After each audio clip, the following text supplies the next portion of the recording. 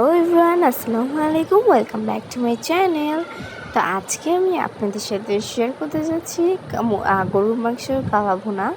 তো এই সহজ একটি রেসিপি বাসায় কিছুমাত্র উপকরণ দিয়ে আপনারা তৈরি করে ফেলতে পারবেন কালা ভুনা। রাঁধুনি রেডিমিক্স মশলা থাকলে আপনারা বাসায় তৈরি করে ফেলতে পারবেন। তো চলুন শুরু করা যাক। এখানে আমি 2 কেজির মতো মাংস নিয়েছি। খুবই বড় বড় সাইজ করে কেটে নিয়েছি, আপনারা চাইলে ছোটো ছোটো করে রাখতে পারেন। তো এই যে এখানে আমি এখন সুন্দরভাবে ধুয়ে নিয়েছি প্রয়োজন অনুযায়ী পানি দিয়ে। তো এই যে আজকে যে মাংসটা আমি রান্না করবো, এখানে আমি রাঁধুনি রেডিমিক্স কালা ভুনার মশলাটা এখানে নিয়েছি। তো এই যে আপনারা বুঝতে পারবেন প্যাকেটটা ভাঙলে এটার ভিতরে 2টা প্যাকেট থাকবে। তো এখানে বড় যে প্যাকেটটা আর কি কালা ভুনার যে প্যাকেটটা মশলা, সেটা আমি দিয়ে দিয়েছি 1 বাটির মতো পেঁয়াজ।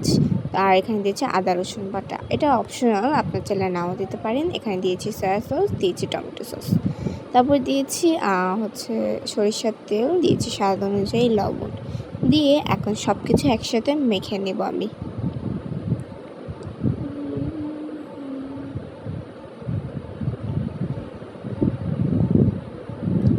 তো এই যে দেখতে পাচ্ছেন এখানে আমার মাংসগুলো মেখে নেওয়া কমপ্লিট, তাই এখন আমি চুলায় বসিয়ে দিব।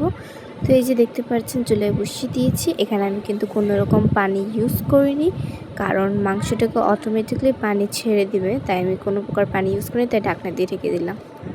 তো এই যে ঢেকে দেওয়ার পর কিছুক্ষণ পর আবার নাড়াচাড়া দেখেন এটার ভিতর কিন্তু অটোমেটিকলি কিছু পানি ছেড়ে দিয়েছে। তো এই যে দেখেন আমার মাংস রান্না কিন্তু প্রায় কাছাকাছি। তো এটাকে এখন ভালো মতো আমি কষিয়ে নিয়েছি মাংসটাকে। তো যে এখন অনেকখানি পানি ছেড়ে দিয়েছে। তো যে কষিয়ে নেওয়ার পর আমি এটার ভিতরে মাংসটা সিদ্ধ হওয়ার জন্য হালকা কুসুম গরম পানি দিয়েছি। যদি আপনি কলের পানিটা ইউজ করতে চান তাহলে আপনাকে বারবার সিদ্ধ হওয়ার জন্য কিছুক্ষণ পরপর পানি দেওয়া লাগবে। আর এখানে মাংসটা কিন্তু অবশ্যই কিছুক্ষণ পরপর নাড়াচাড়া দিতে হবে। আমি কিন্তু ভিডিওর মাঝখানে অনেকবার নাড়াচাড়া দিয়েছি।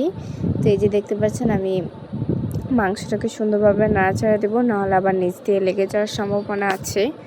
তো আমি মাংসটাকে সুন্দর করে রান্না করে নেব।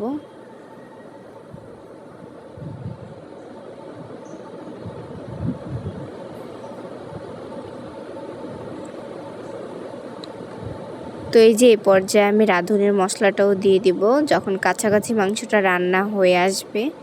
তো এই যে আমার মাংস রান্না হয়ে এসেছে, তাই আমি এখন বাগার দিব।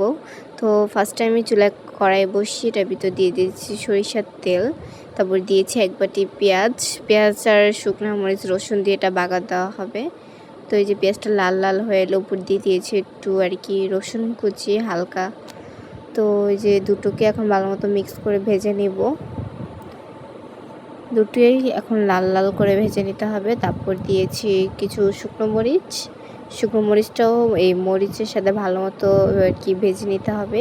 তো এই পর্যায়ে আমি কিছু মাংস এটার ভিতর ঢেলে দেবো। সব মাংস দেওয়া লাগবে না, কারণ যখন এই যে এটা দিব তো ওগুলো আর কি এগুলো বাগার দেওয়ার পর তো এই সবগুলো মশলা আমি ওই যে আর কি বাকি যে গরুর কালা ভুনাটা ছিল সেটার সাথে মিক্স করে দেবো, তাহলেই হয়ে যাবে। তো সব একসাথে আর দেওয়া লাগবে না। তো এই যে কিছু মাংস আমি দিয়ে তৈরি হয়ে গেছে, তাই এখন যেটা বাগার দিয়েছি সেটা এখন ওই গরু মাংসের কালা ভুনার ভিতরে ঢেলে দেবো। তো এই যে আমি এ পর্যায়ে ঢেলে দিয়েছি, তারপর ঢেলে দেওয়ার পর আরেকটু নাড়াচাড়া দেবো। নাড়াচাড়া দিয়ে আরও কিছুক্ষণ চুলার উপরে রাখা লাগবে, তাহলেই রেডি হয়ে যাবে পারফেক্ট গরম কালা ভুনা। তো এখানে আমি আবার উপর দিয়ে একটু পেঁয়াজ কুচি দিয়েছি। তো পেঁয়াজ কুচি দেওয়ার পর আমি আরও কিছুক্ষণ নাড়াচাড়া করে নেব।